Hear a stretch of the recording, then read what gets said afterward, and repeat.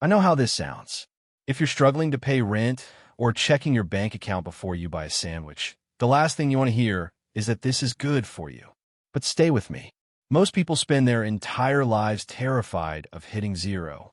They stay in jobs they hate and settle for lives that are fine just to avoid that feeling of being broke. But there's a secret that the most successful people I know all share. Hitting zero was the best thing that ever happened to them. When you have money, you can solve problems with your wallet. When you're broke, you have to solve them with your mind. Being broke isn't a tragedy. It's the only time you're forced to see what you're actually made of. It's a diagnostic tool for your soul. From the moment we graduate, we are told that the goal is stability. Get the job, get the benefits, get the direct deposit that hits every 2 weeks like clockwork. And for a while, it feels great. You can afford the nice apartment, the car lease, and the weekend dinners. You feel safe. But here's the truth that nobody tells you. That safety is actually a ceiling. When you have a good job making good money, you lose your greatest competitive advantage: desperation. Comfort is a sedative. It numbs the part of your brain that was designed to innovate and take risks. When you have $5,000 hitting your bank account every month, you don't need to build a business. You don't need to learn a new skill. You don't need to figure out how to make money work for you. You just need to show up, do your 40 hours, and wait for the weekend. This is the middle class trap. It's a life that's not bad enough to make you quit, but not good enough to make you great. You're living in a perpetual state of fine. And fine is the graveyard where dreams go to die. I've seen people stay in soul-crushing careers for 20 years because the paycheck was just high enough to keep them from walking away, but just low enough to keep them from ever being free. They traded their entire youth for a sense of security that can be taken away with one restructuring email from HR. Being broke, realizing that you have nothing to lose, is the only thing that breaks that spell. When you hit zero, the cage vanishes. You realize that the stability you were so afraid of losing was actually just a leash. If you're comfortable right now, you should be terrified. Because as long as you have a safety net, you'll never find out if you can actually fly. You'll just keep hopping from branch to branch, wondering why the sky looks so far away. There's a specific kind of silence that only happens when the money runs out. You may view hitting zero as the ultimate nightmare, the end of the world. But if you've actually been there, you know that it's something else entirely. It is the most honest moment of your life. When you have money, you have noise.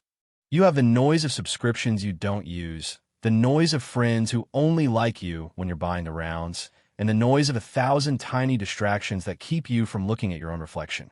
But when the bank account hits $0, the noise stops. Suddenly, the world gets very, very quiet. This is the diagnostic phase. When you can't afford to hide your problems with a credit card, you are forced to look at the structural integrity of your life.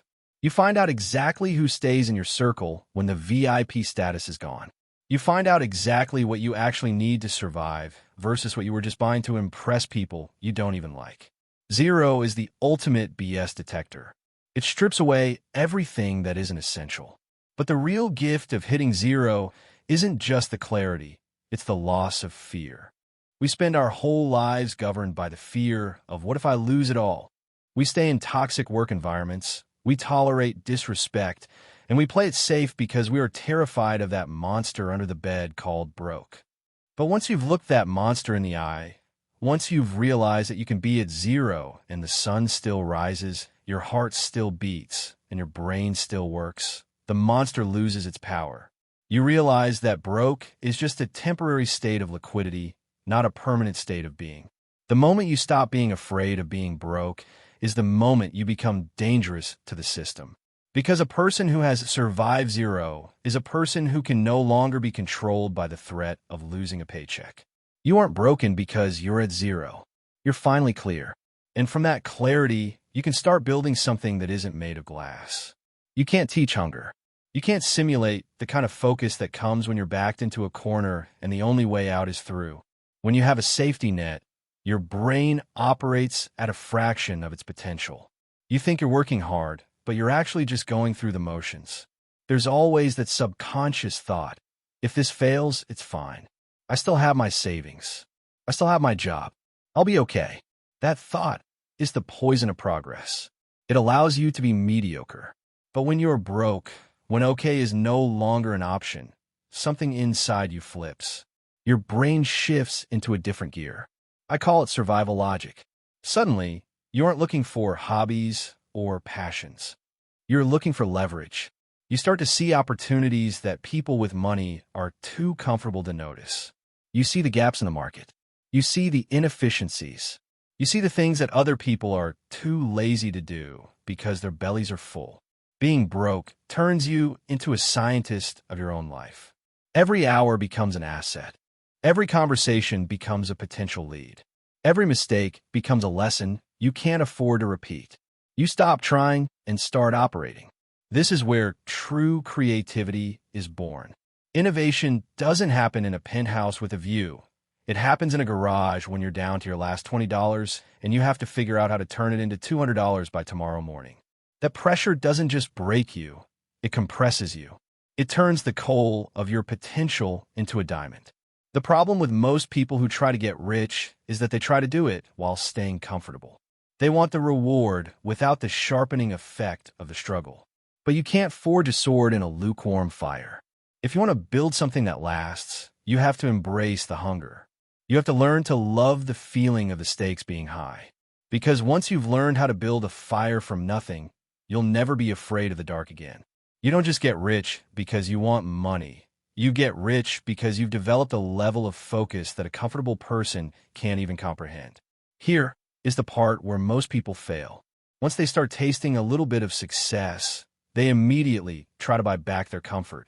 They get the first big payout, the first profitable month, and they immediately go out and upgrade their life. They get the bigger apartment, the faster car, the designer clothes. They think they've won. But all they've done is reset the trap. They've just traded a small cage for a slightly more expensive one. To actually get rich, you have to do something that feels completely unnatural. You have to choose to stay broke even when you don't have to. I'm talking about being asset rich but cash poor. It's the practice of taking every single dollar that isn't required for your basic survival and throwing it back into the fire. You don't buy things, you buy power. You buy tools, you buy software, you buy data, you buy assets that earn while you're busy sleeping. While everyone else is busy looking rich, you are busy becoming untouchable. There's a psychological edge to staying intentionally broke. When you keep your personal life minimalist and lean, you maintain that survival logic. You keep that sharpness. If you start living like a king too early, your brain gets soft. You lose the edge that got you out of the hole in the first place. You have to learn to live at the floor while your ceiling is rising to the moon. Most people use money to buy things so they can stop feeling broke. The elite use money to buy systems so they can stop being vulnerable. There is a massive difference. One is a temporary fix for your ego. The other is a permanent solution for your freedom. If you can master the art of delayed gratification, if you can look at a 5-figure bank account and still live like you're down to your last $100, you become a ghost in the system. You aren't working for the next bill. You aren't working for the next shiny object. You're working to build a fortress that no economic storm can ever touch. Stay hungry. Stay lean.